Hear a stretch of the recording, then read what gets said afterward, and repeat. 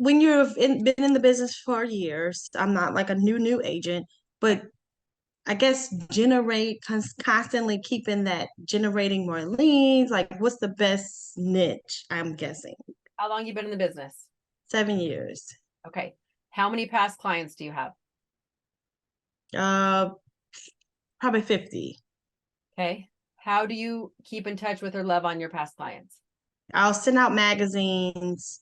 I'll send out holiday cards. Um, call them, text them, Okay. throughout the year to make sure I'm touching them throughout the year. Okay. So here's a mindset shift I want to give you on building a business. Okay. So the industry loves to tell us that we need leads, we need leads, we need leads, we need leads, right? They love to tell us that. And I love to teach my agents in my academy that you're building a business, a book of business, much like a dentist would, where all the families come to the dentist and they keep coming back to the dentist. We don't go look for a different dentist every 6 months or a year when we get our teeth cleaned, right? We use the same Right. one. But yet there's a 37% or less repeat and referral business rate nationally in real estate. So I always look when you've been in business, what are we doing to add value to our past clients and keep in touch with them? So that's the first thing. Okay. That's a whole other like training conversation. If you email me, Kizzy, is that how I say your name? Yes. I love that. Okay. So Thank you. if you email me, Lisa@agentleader.com, I will send you access to my follow-up playbook. That is number one. Okay. Because I do have a method that doesn't include magazines. It doesn't include making phone calls, but it is 100% effective in having referral and repeat business come in. So we have to harness the data and the people we already have, right? Mm-hmm. Where we tend to go wrong, oh my gosh, my nose itches so bad. Mm-hmm. Where we tend to go wrong with that is with magazines that nobody really wants to read, or with postcards that nobody really wants to read, because they're all not personal and they're not really adding a lot of value. Really, they're not adding a lot of value.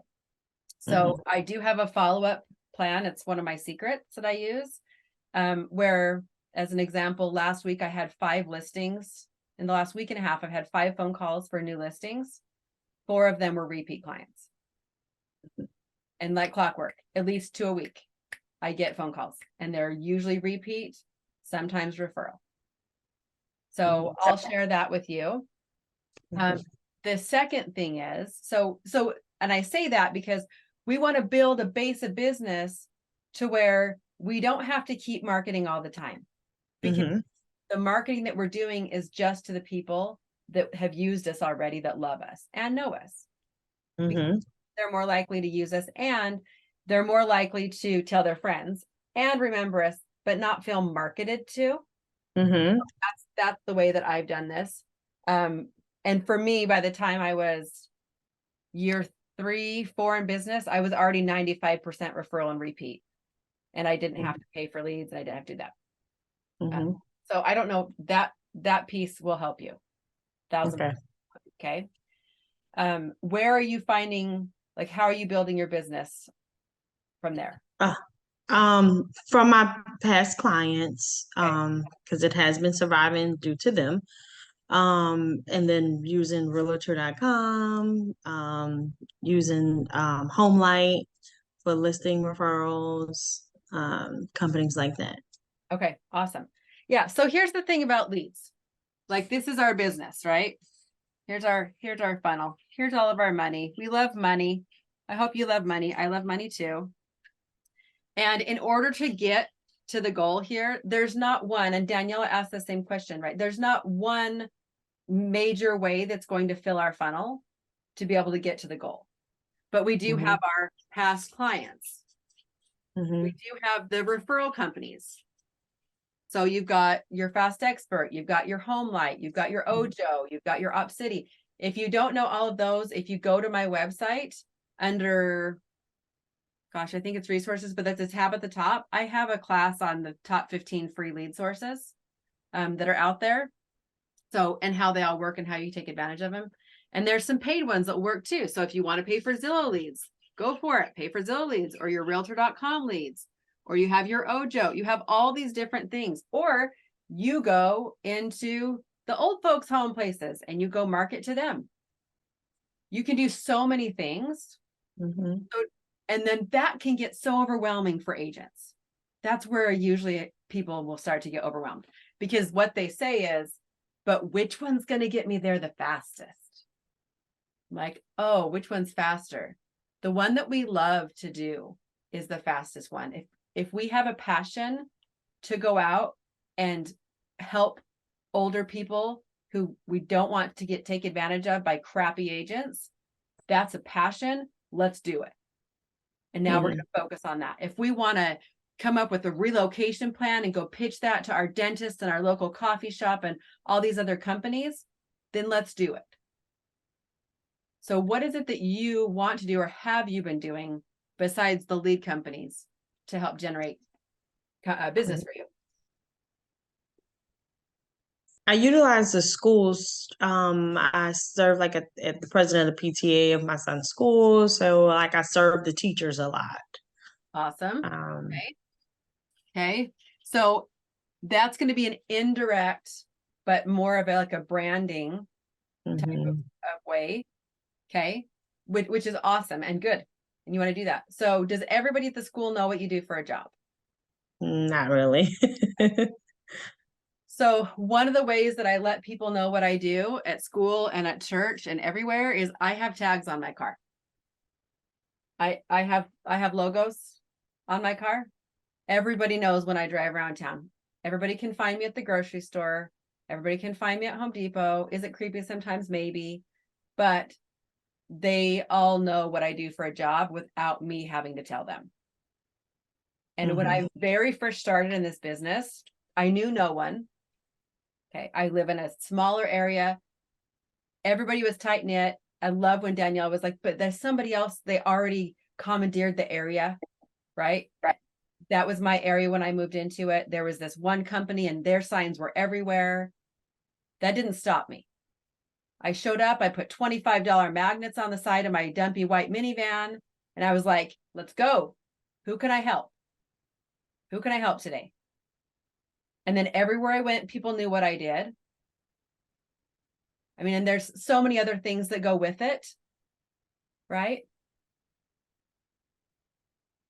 So many things I could talk for hours, guys. I don't think you guys want to be here for hours, but what I want to say is, like, I love putting stuff on my car. For me, I put it on my car because I don't have to tell them this is what I do. So when I go to church, people will ask me stuff about houses. Somebody's going to get divorced. Somebody's going to ask me, like, what do I do? Because they're going to go into panic. So when something changes in their life, they know who to call, right? That's how I find business that way.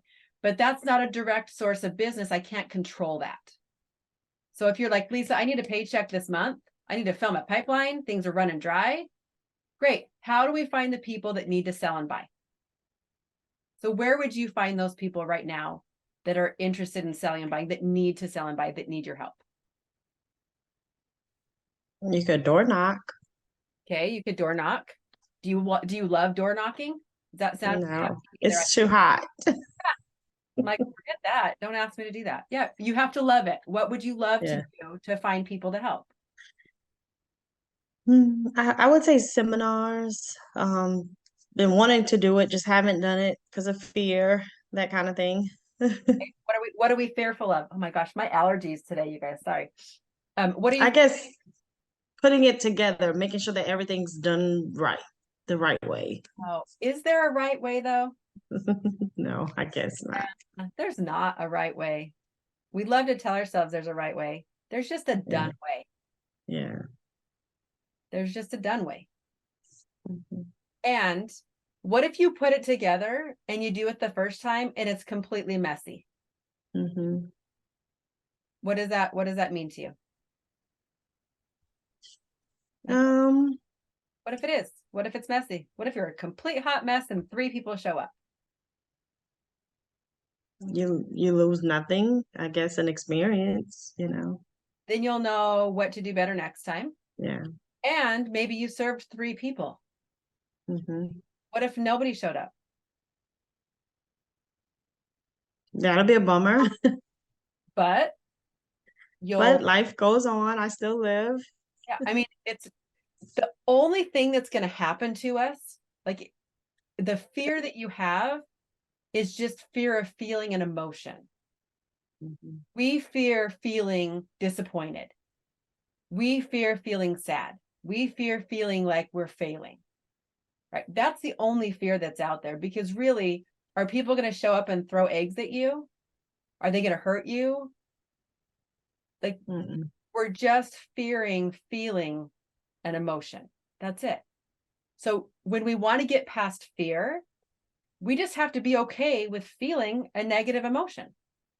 Mhm. Like, I'm okay feeling sad.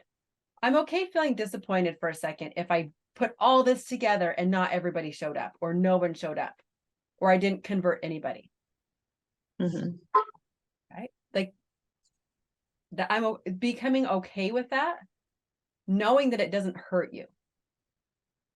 And then taking it as a data gathering point. Like, okay, I'm going to put together this first time homebuyer seminar. Mhm. I'm going to put together a first time homebuyer seminar.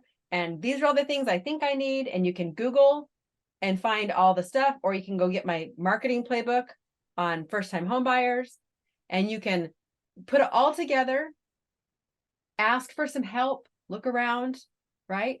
And then just know that you put your best effort into it and then see how it turns out.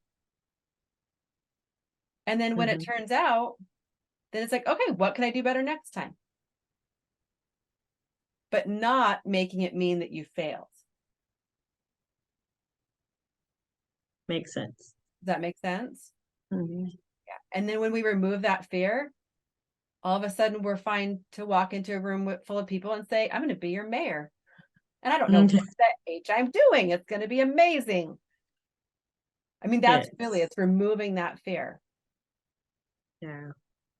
and then not being attached to the outcome of, oh, I'm going to do this thing. That means I better have 2 closings that come from it. So as Mm. agents, we really love to attach to an outcome. And the outcome is, well, I will go door knock but if I door knock 100 people and 2 of them don't want to sell their house, I'm going to quit door knocking. That's attaching to the outcome of what's going to happen.